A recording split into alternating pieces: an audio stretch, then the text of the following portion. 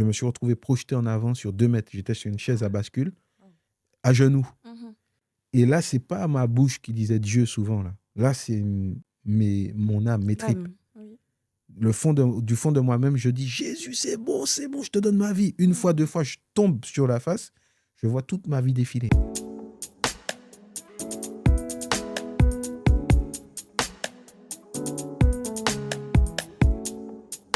Bienvenue sur la rubrique Elite Testimony, là où ton témoignage peut faire la différence. Et aujourd'hui, pour notre deuxième témoignage, je suis en compagnie de Johan. Johan, j'espère que tu vas bien. Mais ça va très bien, merci. Merci de me recevoir. Merci à toi de répondre présent à cette invitation. Je suis très heureuse de t'avoir à nos côtés. Donc, je te laisse un peu te présenter. Dis-nous un peu, parle-nous un peu de toi. Alors, moi, c'est Johan. Et du coup, j'ai vécu quelque chose on va dire, d'assez extraordinaire parce que j'avais une vie, en fait, dans le monde où j'ai touché à beaucoup de choses. Mhm. Voilà, donc, comme beaucoup de jeunes, la drogue, le sexe, les femmes, les armes blanches et toutes ces choses-là.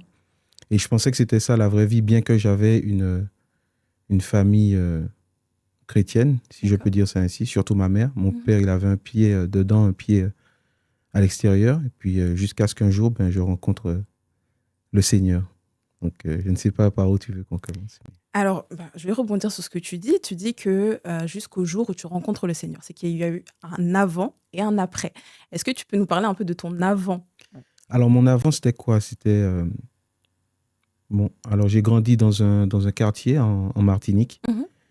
Et où il y avait beaucoup de jeunes qui avaient une vie mondaine, en fait. Et j'en faisais partie. Mhm. Et... mais quand même, je reconnais avoir grandi quand même dans un environnement où je ne pouvais pas faire ce que je voulais parce que j'avais quand même une mère qui était accrochée au Seigneur depuis très jeune. Donc, j'ai grandi selon des valeurs chrétiennes, si on peut dire ainsi. Mais au bout d'un moment, en fait, j'ai vrillé parce que j'étais aussi attiré, en fait, par la rue, par des fréquentations aussi que j'avais. Et je voulais faire comme eux. Et qui fait qu'au bout d'un moment, je me suis détaché en fait compte de ce milieu en fait que je fréquentais avec mes parents. C'était l'église. Et suite à une altercation avec mon père, je suis parti de chez moi, j'avais 13 ans. Et j'ai atterri dans la rue. Mhm. Et j'étais parti avec mon sac et mon vélo. Et j'ai été récupéré par une de mes grand-mères qui habitait le quartier. D'accord. Et du coup, je suis resté sans aller à l'école pendant un certain temps. Et mes parents voulaient que je remonte, mais j'étais très dur. J'étais très dur. 13-14 ans déjà, c'était compliqué. Il faut dire que quand je suis parti, j'ai failli me battre avec mon père.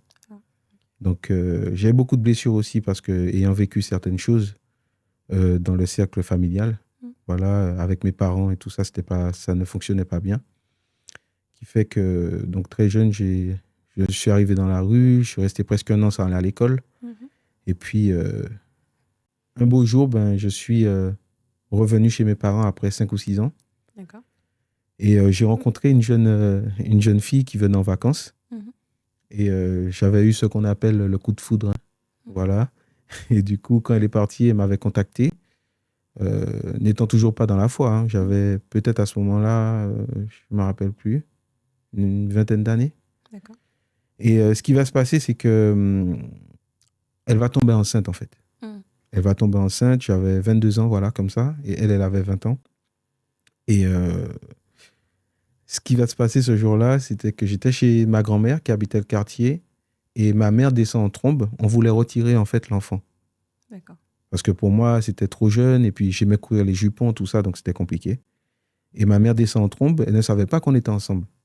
Et elle nous dit, vous tous les deux, montez dans la voiture. Donc, je monte et tout. Elle me dit, cet enfant-là, vous la retirez pas, elle est de Dieu. Elle ne savait pas. Non, pas du tout, puisque moi, je n'avais pas de rapport comme ça avec ma mère. On ne parlait pas de tout et de rien.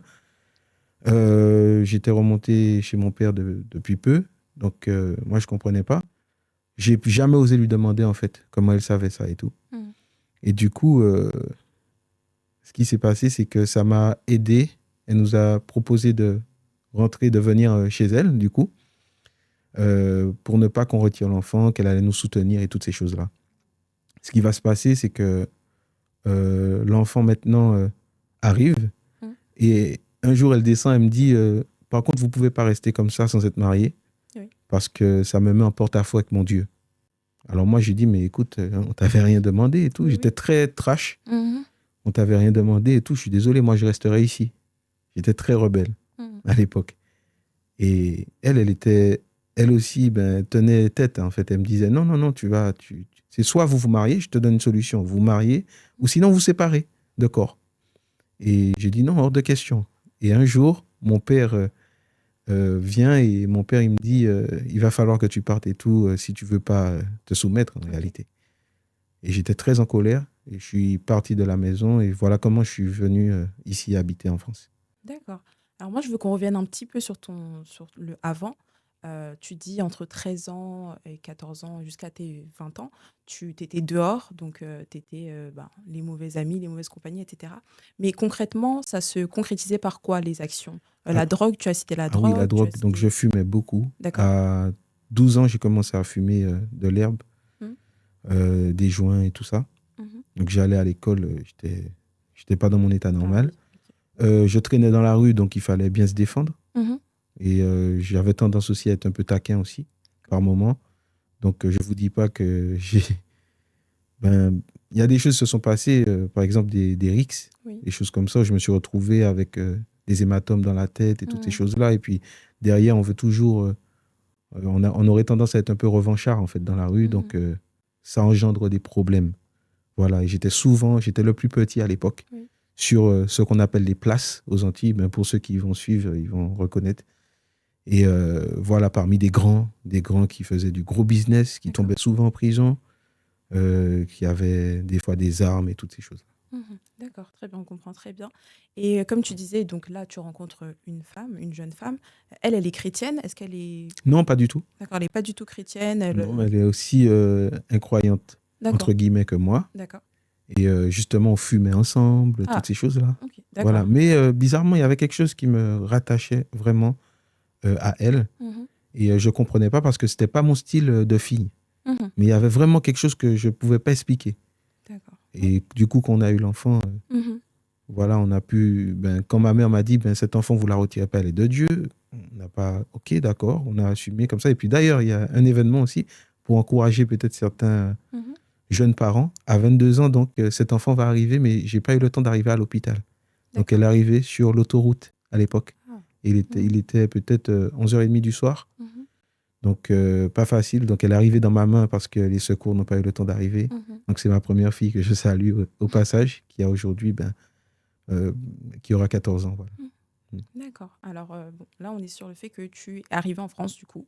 Donc, continue, dis-nous en plus. Donc, j'arrive en France, je continue dans mes bêtises, aller-retour, Amsterdam, Nantes et toutes ces choses-là. Je me fais attraper 1-2 fois par la police, la douane, la police. Voilà, mais grâce à Dieu, je peux le dire aujourd'hui, je n'ai jamais pu être incarcéré. On m'a jamais... Voilà, on m'a relâché. Il y avait toujours une situation qui fait que je passais, si on veut, entre les mailles du filet. Voilà, premier événement qui va quand même me choquer. À un moment donné, donc, je faisais entre la maison de ma tante et celle de ma belle-mère. Jusqu'au jour où ma belle-mère, maintenant, va être touchée par le Seigneur. D'accord. Et elle va me dire, écoute, je ne peux plus vous garder comme ça à la maison parce que du coup, ça me met en porte-à-faux avec mon Dieu. Alors, du coup, je me retrouve encore, en fait, à revivre un événement comme ça. Donc, je pars. Et un jour, je veux rentrer à nouveau chez ma tante. La porte, elle est fermée. Donc, ma tante, elle me met dehors. Donc, je me retrouve dehors en France, à vivre dans ma voiture au début. Et puis après, il y a des amis qui m'ont ouvert leur maison. Et puis, je faisais beaucoup d'allers-retours entre Nantes, tout ça, dans des maisons un peu mal famées quand même. Ou si on m'attrapait là-bas, je ne serais pas là peut-être en train de vous parler. Mais encore une fois, le Seigneur a fait grâce.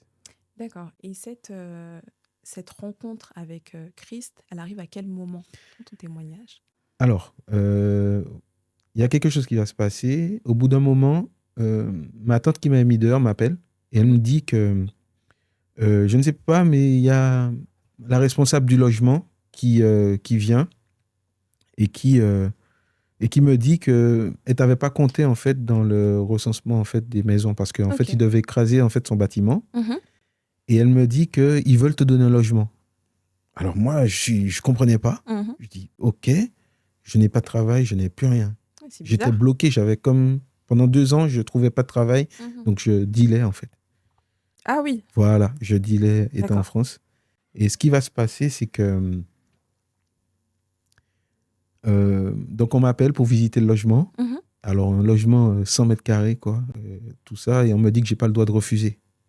Ça m'a paru vraiment bizarre. Je me suis dit, ben, c'est quoi ce truc? Et je ne sais pas, mais j'ai eu ce truc-là dans mon cœur à me dire que on m'avait demandé de rédiger un papier pour me demander ma situation et tout ça. Et je me suis dit que je ne mentirais pas.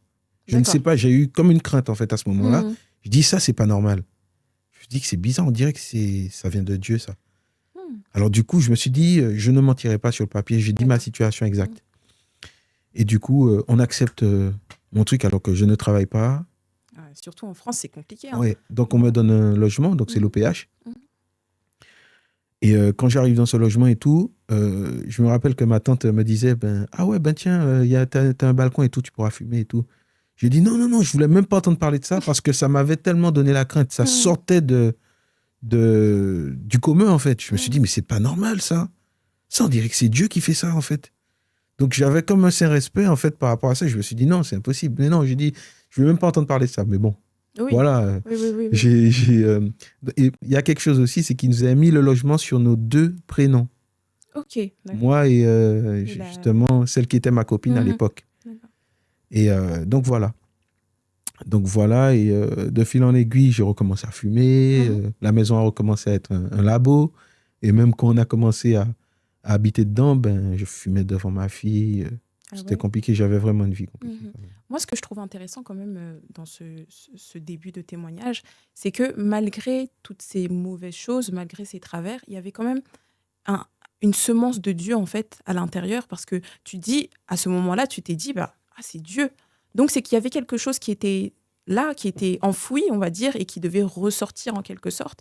Et je me Mm. dis, est-ce que ça serait pas les prières de ta mère ou la manière dont ta mère t'a élevé ou etc. Justement, je pense que tu rebondis bien dessus. Et ça, un petit peu après, Mhm. je vais le dire si tu Mhm. permets. Mais en effet, pour revenir à 10 ans, j'étais dans une assemblée et c'est ma mère qui me l'avait dit, hein. Il y avait un pasteur qui avait dit, qui avait prêché et qui avait dit qui veut donner sa vie à Dieu. Elle m'a dit que je me suis levé, j'ai dit moi. Et elle était derrière moi et elle m'a chuchoté à l'oreille. Tu es sûr que tu ne fais pas ça pour nous, en fait, Mhm. pour nous les parents? Et je lui ai Mhm. dit non, non, non, pas question, c'est moi. Ça, c'est un souvenir que ma mère Oui. m'a donné. Et puis du coup, j'ai continué ma vie comme ça. Ah, c'est beau, Voilà, hein. voilà, C'est beau, c'est beau. Donc, bon, je te laisse continuer. Du voilà. coup, Donc là, je vais enchaîner sur la maison, en fait. Donc on a vécu ensemble, moi et ma copine de l'époque, mhm. qui est actuellement ma femme. Gloire Et à Dieu. gloire à Dieu, gloire au Seigneur. Et ce qui s'est passé, c'est que au bout d'un moment, en fait, je répétais ce que j'avais vu, en fait, D'accord. dans mon environnement familial. Mhm. Donc, je commençais à être violent, Ah, ok. même envers ma copine. Mhm. Et du coup, ben, ce qui s'est passé, c'est qu'à un moment donné, elle a fugué une première fois, une D'accord. deuxième fois, avec l'enfant. Mhm. Et du coup, je me suis retrouvé seul. Et pendant cette semaine où je me retrouvais seul, j'avais aussi entendu juste avant qu'il y avait quelqu'un qui cherchait à me faire du mal dans la rue. Mhm. Et, euh, et du coup, pendant toute cette semaine-là, en fait, je faisais des rêves, des cauchemars où je me voyais, en fait, et on s'entretuait, en fait. Et je comprenais pas. Il faut dire aussi que j'avais commencé à aimer beaucoup le rap et toutes ces choses-là et D'accord. commencé à chanter. D'accord. Donc, j'étais en relation avec quelqu'un qui est producteur aujourd'hui. Mhm. Euh, et du coup, il venait à la maison chanter et tout avec moi. D'accord. Voilà. Et à l'époque, pendant la même semaine où j'étais seul, où je faisais ces rêves-là, lui, le jeudi, je me rappelle, dans mon cœur, j'ai dit dans ma langue, dans mon patois, hein, Mhm. le créole, j'ai dit à Dieu, s'il y a un bon Dieu, il faut qu'il vienne parce que c'est soit moi qui ai tué Mhm. Missier, soit qui ai tué Soit moi. lui. En gros, Mhm. ce qui veut dire que s'il y a un Dieu qui existe, il faut que tu viennes. Parce que c'est soit Soit je le lui, tue soit avant, moi. Mhm. soit moi, il va me tuer avant. Mhm. Et je ne savais pas qu'il m'avait entendu. C'est-à-dire que cette prière était sincère parce que des fois, je priais quand l'orage grondait et tout. Oui, Je dis, bon Dieu, au cas où. oui, on a Et puis des après, je réflexions retournais parfois. Oui, oui. dans mes bêtises. Mais c'est comme si là, il m'avait entendu. Le lendemain, il y a ce jeune qui travaille dans la production et qui vient à la maison et puis il me dit, mais qui est Dieu pour toi? Je dis, mais comment ça Quelle se fait que question? tu... Quelle question, en fait? Je Mhm. comprends pas. Pourquoi tu me poses ça aujourd'hui? Ça fait 4-5 ans qu'on se connaît. Il me dit, ouais, mais qui est Dieu pour toi et tout? Il insistait. Je n'ai pas compris. J'ai dit, mais écoute, Dieu, je lui dis, il a créé la terre, les hommes. Mhm. Et il répète la question. Et là, je lui ai dit, écoute, Dieu, il est dans un étau dans mon cœur, je lui dis. C'est comme si je sentais qu'il y avait quelque chose qui n'était pas normal et qu'il fallait que je me protège, en fait. Mhm. Et quand il m'a dit ça, il a rigolé, en fait. Il m'a dit, ouais, tu sais, moi aussi, je connais Dieu, il me dit. Mhm. Et que ma mère prie pour des gens et tout ça. Et que d'ailleurs, ben, elle fait des gens prendre des bains. Oui. Oh, quand il m'a dit ça, j'ai eu la chair de poule. Tous mes poils et tout se sont hérissés. Mhm. Je dis, mais qu'est-ce qu'il me raconte? J'ai dit, mais moi aussi, ma mère, elle prie, je lui dis. Et que moi, j'ai jamais entendu que Dieu, il a besoin de faire des gens passer par des bains pour pouvoir les guérir. Et il rigole. Et là, je dis, mais qu'est-ce qui se passe? Et là, il me dit, tu sais, par rapport à la musique et tout, il faut que tu passes, il me dit, il faut que tu passes de l'autre bord, il me dit. Oh, Ah. quand il m'a dit ça, je vous assure que là, j'étais dépassé parce que je pensais connaître cette personne. Mhm. Et je vous assure que là, c'est comme si j'ai vu que ma vie était en danger. Mais là, c'est intéressant parce que on est en 2025 et le monde de la musique, l'impact qu'a la musique sur les jeunes, même sur les gens en général, mais beaucoup sur la jeunesse et la jeunesse chrétienne, c'est quand même très important. Et des fois, on ne comprend pas vraiment, enfin, on se dit que c'est de la musique, c'est rien, on peut écouter, etc. Donc vraiment, au travers de ça, je pense que tu vas continuer à nous en parler, mais on voit que ce n'est pas seulement de la musique, il y a des choses derrière la musique. Et c'est ça qui est intéressant. En effet. Et c'est un volet très important que tu relèves. Ce qui va se passer derrière, c'est que donc lui, il veut à tout prix que je change de nom. Mhm. D'ailleurs, j'étais allé vérifier le nom qu'il voulait changer. Et Ça avait une j'ai vu que c'était un nom d'une espèce de divinité. C'était terrible. Et moi, ce jour-là, je me suis retrouvé en moi-même pendant qu'il me parlait et tout. C'est comme si j'étais déconnecté avec lui. Et je me suis retrouvé en moi-même et je me voyais à genoux dans une pièce noire, en train de crier le sang de Jésus, le sang de Jésus. Je faisais que dire ça, alors que moi, Alors que oui, c'est ça. j'ai ma vie dans la rue, on se connaît. Et plus il parle, moi, plus je suis dans mes affaires. Je suis là, je sens que mon âme est en danger. Là, c'était plus moi en tant que personne physique, parce que je pouvais me défendre. À l'époque, j'avais une arme à feu à la maison qui était obsolète, mais que je voulais encore modifier pour pouvoir retirer. Bref, elle était sécurisée. Et du coup, là, je sentais que c'était mon âme. Là. C'était plus pareil. L'atmosphère était différente. C'était quelque chose d'incroyable. Je ne pourrais pas décrire ça. C'était très sombre. Et au bout d'un moment, moi, je faisais que dire ça. Le sang de Jésus. Je ne sais pas pourquoi. Et il me parle. Et là, je sens une présence qui descend littéralement au milieu de nous. Et quand cette présence est arrivée, ce jeune homme s'est retrouvé, il s'est assis déjà, il était dans une position de force, là, il s'est assis. Il a commencé à dire toute la vérité sur lui-même. Tout seul, comme ça. Tout seul, il a commencé à pleurer. Wow. Il a commencé à dire, voilà, j'ai fait ça, mon oncle est dans ci, ça, voilà, j'ai fait ça. Et tout, mais c'est pas de ma faute. La même façon dont tu me parles, Dieu est venu me parler comme ça 2 fois, mais j'arrive pas. Et tout. Il me disait qu'il avait limite des esprits en fait qui marchaient avec lui par rapport à ce qu'il fait. Oui, parce que ça devait être un grand nom dans la musique. Donc, En fait, c'est quelqu'un qui était très connu. C'est plutôt quelqu'un de la rue, très connu dans le domaine. Et voilà, et bon, c'était quelqu'un aussi qui disait, qui faisait des gros échanges quand même, mais qui souvent était relâché à ce qu'il disait. Donc il se faisait prendre, mais pourtant, vous voyez, c'était vraiment des substances qui étaient quand même compliquées. Si on t'attrape avec ça, tu restes en prison pendant longtemps. Et pourtant, lui, rien ne lui arrivait en fait. Et voilà ce qui va se passer, c'est que il a commencé à me déballer sa vie. Et moi, c'est comme si je commençais à l'exhorter, quoi, limite. Je disais, mais regarde, il faut que tu viennes, il faut que tu arrêtes ce que tu fais et tout, machin. Il était dans une position vraiment de faiblesse. Et après, il a repris un peu ses esprits. Il s'est dit, mais qu'est-ce qui lui arrive, quoi, en fait? Il a essuyé ses larmes. Il s'est levé. Il s'est dit, mais qu'est-ce qui lui prend alors? Qu'est-ce qu'on fait et tout? Tu passes de l'autre bord, c'est comment? On est resté de midi à 19h à la maison. J'ai jamais vu ça. Et je me sentais coincé. Mm. Et à un moment donné, j'ai vu qu'il avait même essayé avec son portable. Il y avait la photo de ma fille sur un pan de mur. Il avait essayé de prendre en fait la photo en selfie. Et moi, j'ai vu. J'ai dit, mais qu'est-ce que tu fais? Parce que c'est comme si on n'arrivait pas à se défaire de cette situation. On était là de midi quand même à 19h. C'était énorme. Il y a même un ami qui est venu à la maison. Il n'est pas resté. Il y avait quelque chose de bizarre. Et moi, bon, à un moment, on est passé dans le salon et je sais pas comment, je me retrouve à lui proposer à manger. Mais je comprends pas comment. Avec tout ce qui s'est passé. Parce que moi, j'étais dans une position où j'avais besoin de partir. Et lui, il me dit, ouais, mais en gros, qu'est-ce qu'on fait, quoi? En gros, il me demande, est-ce que j'ai déjà vu genre un esprit, un truc comme ça et tout. J'ai dit, oui, Dieu ne me permet pas de voir ça, j'ai dit. Et lui, il dit, c'est bon, je veux partir d'ici, il me dit. Ah. Il me dit, je veux partir et tout. Je lui dis, ok, je te raccompagne à la gare. Je dis, mais je comprends pas pourquoi je dis des trucs comme ça, alors que moi, je voulais qu'il parte et puis... Qu'il parte. Mais je sais pas pourquoi. Alors, je le raccompagne à la gare et on ne parle pas. D'habitude, on écoute des nouveaux chants, tout ça, et des personnes qui sont connues. Hein, c'est des noms aujourd'hui dans la musique. Donc, voilà, on arrive à la gare, on se sépare comme ça. Je reviens chez moi et c'est là, quand je reviens à la maison, où j'arrive dans mon salon, je me rends compte que je ne peux pas aller dans d'autres pièces que mon salon. C'est comme si je voyais des hologrammes partout, dans les pièces où je voulais aller. Je le voyais.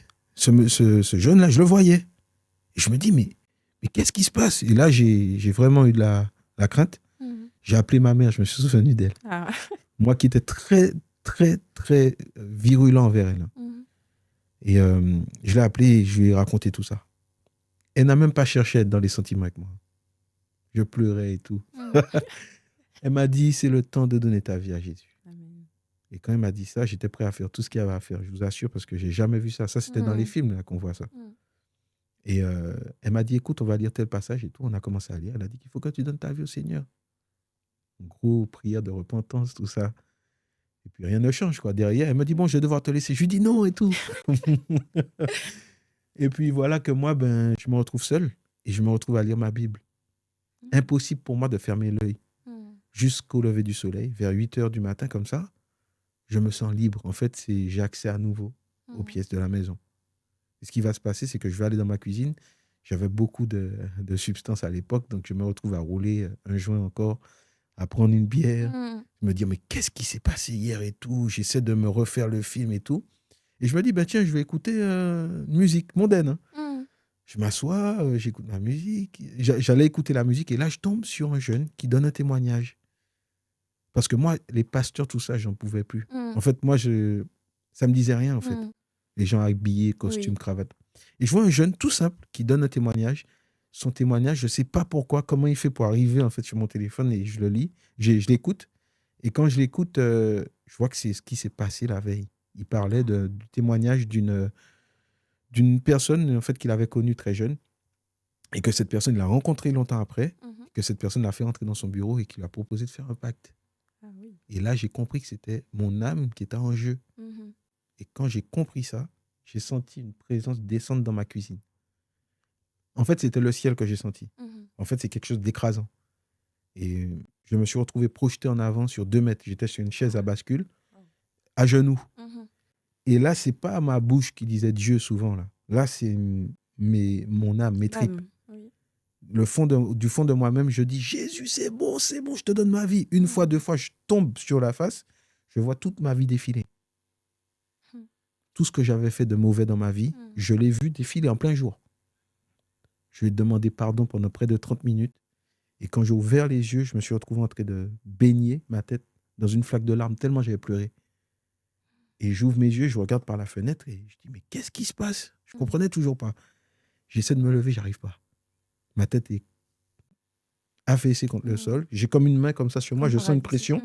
Impossible de lever ma tête. Et je dis, pardon Seigneur, c'est bon, pardon. Et là, je me lève et j'entends une voix glorieuse dans mes oreilles. Un truc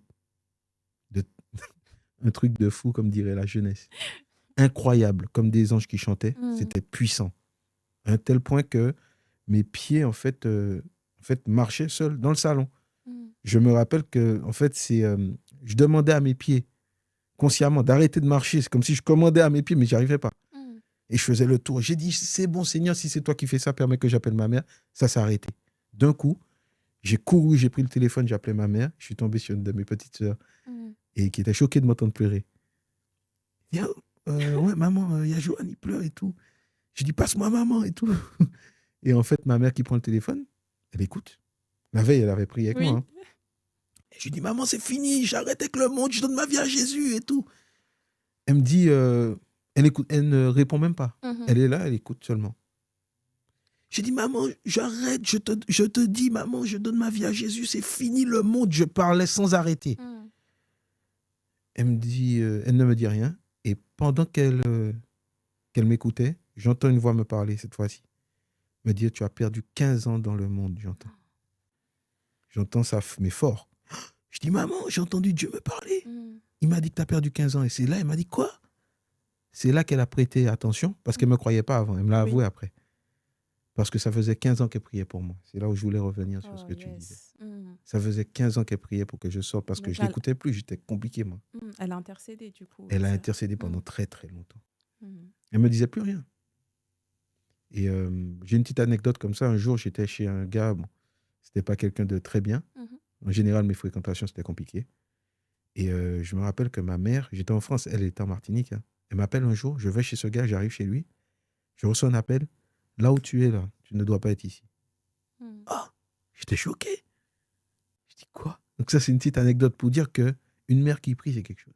C'est important. Qui prie le vrai Dieu, Ouais, on est d'accord? Et waouh, incroyable. Wow. Et ça m'est toujours resté. Je dis, comment c'est possible à 8000 km. Bref. Donc voilà un petit peu ma rencontre, ce qui s'est passé. Avec, donc ma mère a fini par me croire. Et pendant que je lui parlais, c'est comme si il n'y avait plus de barrière entre le ciel et moi. D'accord. Pendant que je lui parlais, je pouvais parler au Seigneur. Mais directement, je sentais qu'il y avait une fluidité incroyable. C'est-à-dire que ces péchés-là que j'avais vus, il m'avait libéré de cela. Et je pouvais lui parler directement. Il n'y avait rien qui m'empêchait en fait de lui parler. Et je me rappelle que mon langage à l'époque n'était pas soutenu. Donc, je voulais dire un gros mot. Ça a même tourné comme ça dans ma bouche. Je n'ai pas réussi. Je dis, ah, Seigneur, pardon. Je ne comprenais pas en fait. C'était comme un apprentissage. Mais c'est ce qu'on appelle la nouvelle naissance aussi. Oui, c'est vrai. C'est une conviction forte. Et puis, c'est comme si en même temps, le Seigneur, il t'éduque. Tu ne peux pas faire ce que tu fais. Et puis voilà, et puis à partir de ce jour-là, je vois ce qui est mauvais, ce que je dois régler dans ma vie tout de suite, quoi. Je ne comprenais pas. Chez moi, je faisais pousser de l'herbe, je faisais plein de choses. Et en fait, je voyais tout ce qui était, j'avais ce physique. En fait, j'ai démonté, j'ai jeté dans des poubelles. C'était compliqué, quoi. Les vêtements, je me rappelais que j'avais un vêtement avec une femme à moitié nue, il fallait que je jette. Plein de choses comme ça sur le champ. Et là, il y a quelque chose qui me vient. C'est comme si je suis guidé dans ma cuisine. Et ce jeune qui était là, il avait fait quelque chose avec un de mes ciseaux, mais je n'avais pas compris la veille. Il avait pris un ciseau, il avait ouvert en croix, il avait mis un tournevis à côté. Et en fait, c'est comme si, dans mon esprit, je reçois une pensée que c'est par là qu'il rentre dans la maison. C'est comme il a récité quelque chose. Voilà. Et ça, j'ai jeté et tout ça. Et je priais. C'était incroyable.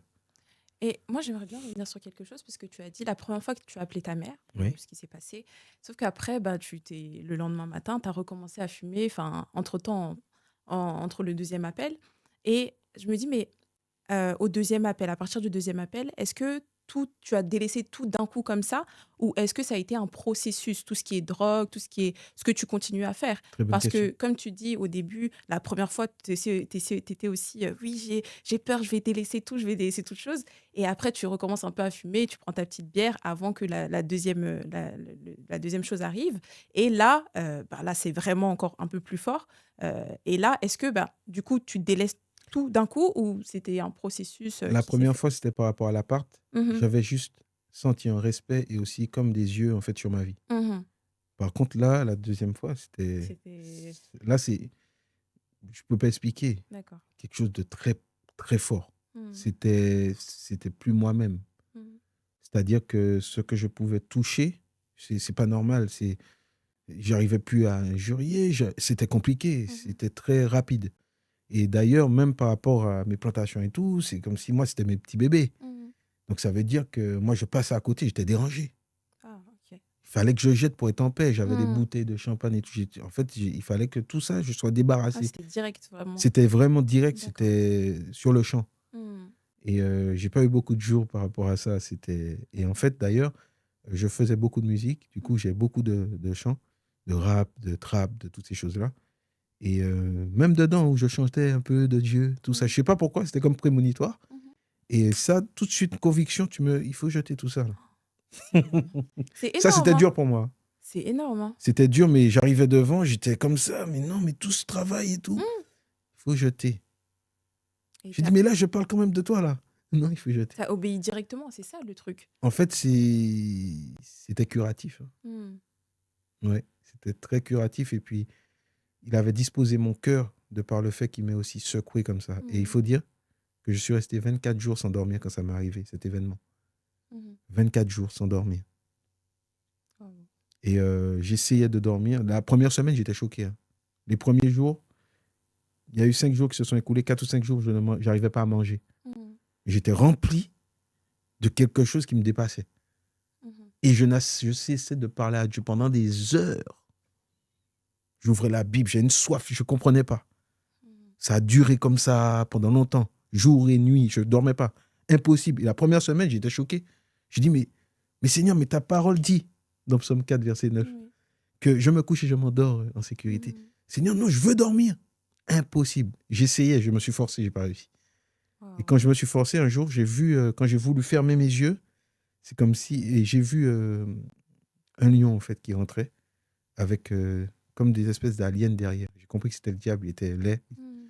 Et j'ai dit, waouh, en fait, je me suis levé, j'ai pris la parole encore. En fait, j'étais comme dans une guerre pendant 24 jours. Alors, après ces événements, pendant ce laps de temps, tu as dit que ta copine, qui est maintenant ta femme, n'était pas présente. Quel impact ça a eu après sur ta vie de couple et sur ta vie même en Très bien. général? Très bon rebondissement. Alors, même pas une semaine après, oui. Donc, une semaine après, comme ça, je parlais au Seigneur dans mon salon. Et là, j'entends, pour moi, le monde, c'était devenu une poubelle, hein. Oh. C'était compliqué. Même sortir, je voulais pas.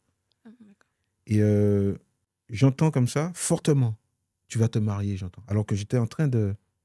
Je parlais simplement au Seigneur, en fait. J'entends, tu vas te marier. Je dis, comment ça, me marier?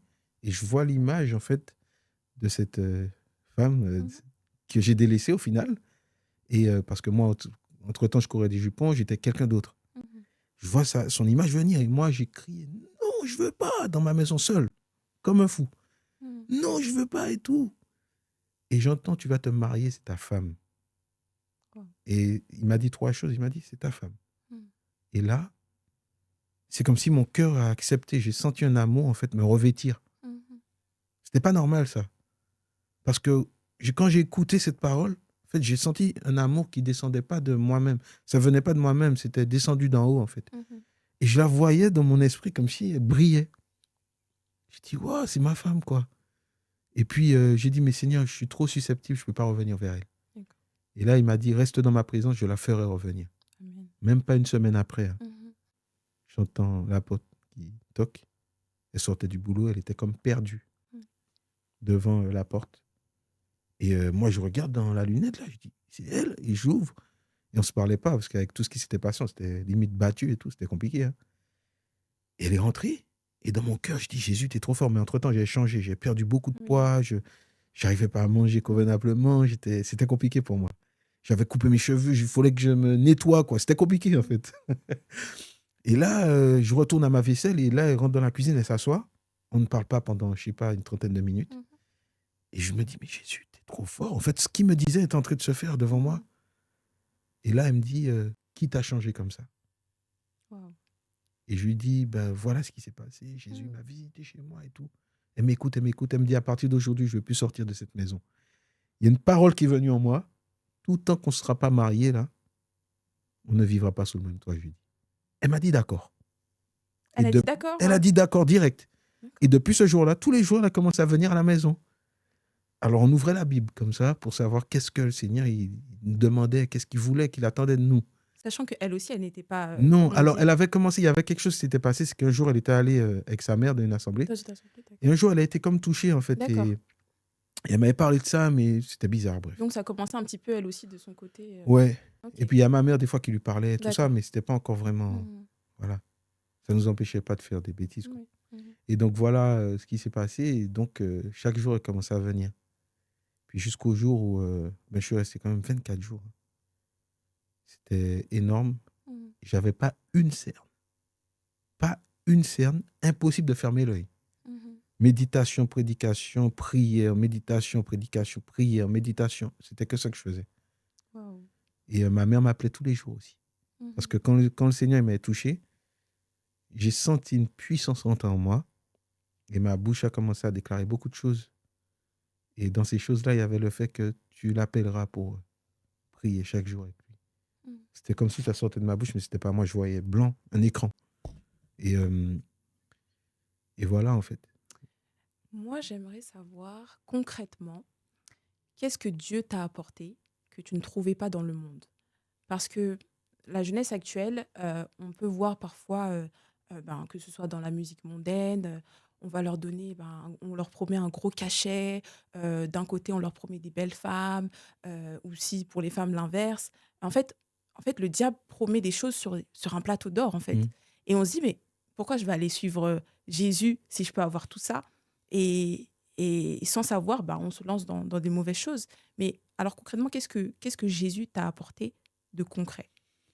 Waouh. En fait, tu parles de ça, mais ta question, elle me donne des frissons limite, hein, parce que ça me renvoie en fait vraiment Mhm. au commencement en fait des choses. Et tu m'avais posé aussi une question par rapport à la fumette et tout. Ouais. Après 2 semaines comme ça, Mhm.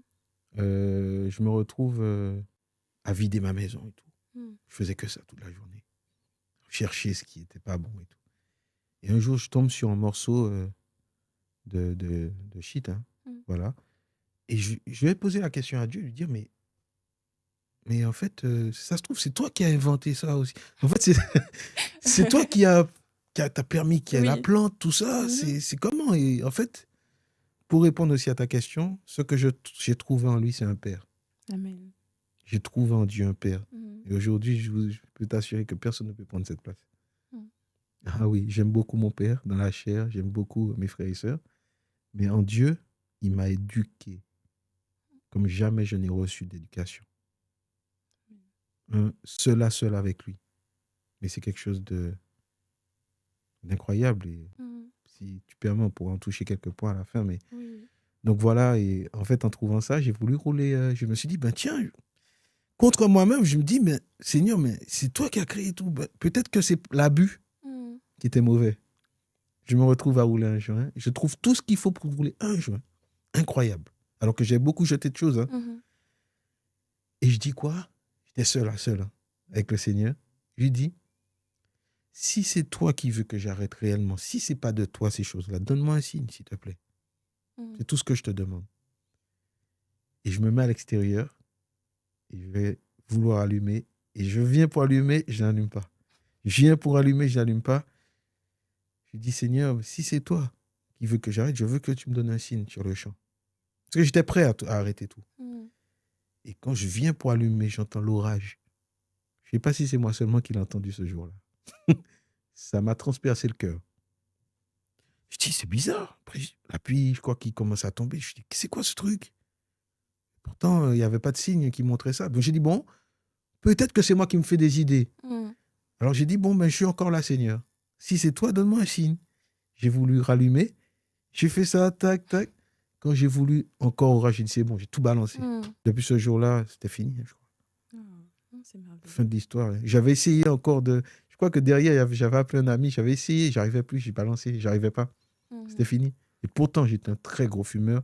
Et à l'époque, je disais même que j'allais mourir avec un joint à la main. Vous voyez ça? Ah, c'est Moi-même fort. disais ça parce que j'aimais trop Bob Marley, tous ces trucs-là. Mhm. Bref.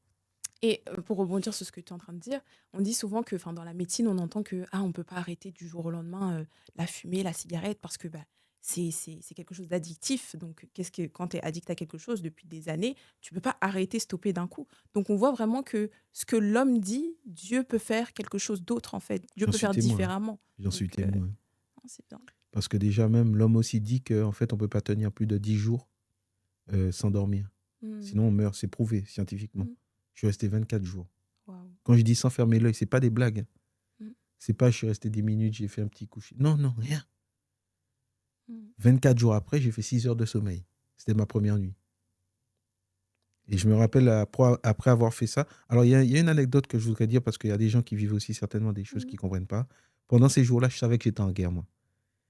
Un jour, mais j'étais entre les mains du Seigneur. Je n'avais pas peur. C'était impressionnant. Un jour, j'étais couché et tout. Je voulais m'endormir encore une fois. Je voulais forcer. Je vous assure, j'ai senti un lion monter sur mon lit. Ça a enfoncé. Pendant que j'étais... Les pas. Incroyable. Ça a enfoncé le truc pendant que j'étais... Mais physiquement? Physiquement. Ah oui, c'est énorme. J'étais choqué, mais en même temps, je n'étais pas choqué. Dans mon esprit, je savais à quoi j'avais affaire, en fait. C'est ce qui est incroyable. Et là, je dis, OK, Seigneur, c'est bon. Je me lève, prends ma Bible. Je déclare encore des paroles, tout ça, sur ma vie, tout ça. C'est merveilleux, c'est vraiment merveilleux Voilà. ce que Dieu a fait au travers de ta vie. Je ne sais pas si tu aurais des conseils, je pense que tu en as, c'est même pas je ne sais pas, je pense que tu as des conseils pour si un jeune est dans le cas de la drogue, de la fumée, enfin de toutes ces choses, des guerres, des rixes, des choses comme ça. Quels conseils tu aurais à donner, ou s'il y en a plusieurs, quels conseils tu pourrais donner à ces jeunes qui écoutent? En fait, je vais revenir à ce que j'ai trouvé en Dieu. J'ai trouvé en lui un père, celui qui éduque, celui qui transforme. L'éducation que le Seigneur m'a donnée, c'est juste incroyable. Parce que moi, j'étais plutôt autodidacte, moi, depuis très jeune, je me suis retrouvé dans la rue. Mais j'ai trouvé vraiment en lui un père. Et je vais raconter quelque chose. J'espère que mon père ne m'en voudra pas, mais à 17 ans, j'ai failli mourir dans les mains de mon père, en fait. Parce que un jour, il m'avait trouvé avec mon cousin près de la rue, j'ai 17 ans, j'étais plus chez lui, en train de fumer et tout, et quelqu'un lui avait dit, il était descendu dans le quartier, et en fait, il voulait s'en prendre à mon cousin. Et moi, ce que j'ai fait, vu que j'étais violent, j'ai vu qu'il attachait son poing pour taper mon cousin. Moi, je suis venu, je me suis interposé. J'ai pris un objet, c'était un carreau à l'époque, que j'ai voulu fracasser sur sa tête. Et en fait, il a mis son bras et ça a ouvert son bras comme ça. Quand il a vu qu'il saignait, il est allé chez lui, il est redescendu avec son fusil. Et en fait, en redescendant, ma mère l'a vu. Il a trouvé que c'était pas normal son attitude. Elle a pris sa voiture, elle l'a suivi en pleine rue. Et lui, il est sorti, il a pris son fusil, il a voulu tirer sur mon cousin en premier. Mais il y avait tellement de monde. Les gens le connaissaient aussi, tout ça. Les gens se sont essayés de venir s'interposer et tout. Et mon cousin est parti. Quand il n'a pas pu pointer sur lui, il a tourné le fusil sur moi. Et c'était presque à bout portant. Donc moi, je suis marché sur lui, j'ai dit de tirer. Et lui, il n'est plus ses yeux, c'était le néant. Et il allait tirer comme ça. Et c'est ma mère qui descend de sa voiture, qui court et qui baisse le fusil. Parce que les gens, ils avaient peur. Qui baisse le fusil à temps, quoi. Toujours la maman. Incroyable, franchement. Que le Seigneur soit béni. Merci pour la grâce que le Seigneur m'a fait. Et du coup, c'est des amis qui m'ont pris. Ils m'ont dit, ne reste pas là et tout. Et puis, je suis parti encore comme ça. Et là, aujourd'hui, quand j'ai donné ma vie au Seigneur, il a permis que j'aille me fiancer en Martinique. Chez mes parents, ça faisait 5-6 ans que je n'étais pas descendu là-bas. Et il m'a mis dans mon cœur, va demander pardon à ton père et tout. Wow. Et je suis allé, on s'est pris dans les bras. Et aujourd'hui, on est fusionnels, limite.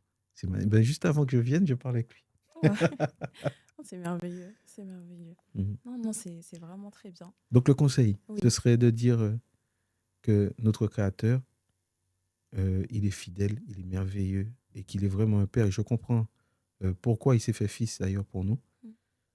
C'est vraiment pour nous montrer le chemin de la paternité. Pour nous dire que le vrai Père, c'est lui.